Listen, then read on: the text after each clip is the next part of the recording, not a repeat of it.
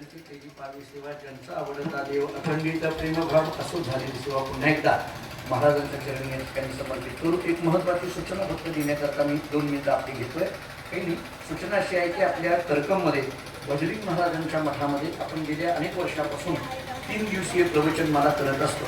अक्षय तृतीयेच्या निमित्ताने आपला उटीचा कार्यक्रम जो बजरंग महाराजांना असतो, फार मोठ्या पद्धतीने आपण उटीचा कार्यक्रम या ठिकाणी करतो. मी गेले 7-8-10 वर्षामध्ये आपल्याबरोबर त्या उटीच्या कार्यक्रमाला आहे.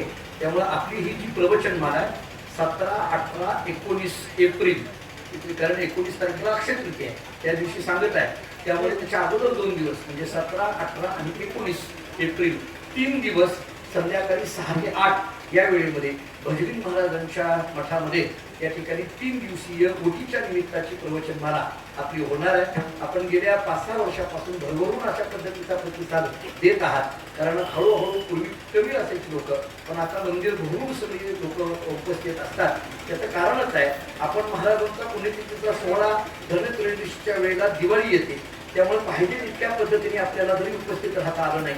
त्यामुळे त्या निमित्ताने का होईना या 3 दिवसामध्ये बजरंग महाराजांची सेवा करता यावी. आणि मी आपल्याला सांगितलं की बजरंग महाराजांचं आणि मानकोजी गोटे महाराजांचं हे नातं असल्यामुळे 3 दिवसीय प्रवचनमाला 17, 18, 19 एप्रिल संध्याकाळी 6 ते 8 या वेळेमध्ये आपली 3 दिवस प्रवचनमाला होणार आहे. त्या प्रवचनमालेचा सगळ्यांनी भरभरून प्रतिसाद या ठिकाणी द्यावा अशी बजरंग महाराज संस्थान, करकम ग्रामस्थ मंडळी या सगळ्यांच्या वतीने या ठिकाणी विनंती करतोय. विठ्ठल जय जय चला, जय विठ्ठल जय कुंडली कवरदे हरी विठ्ठल श्री ज्ञानदेव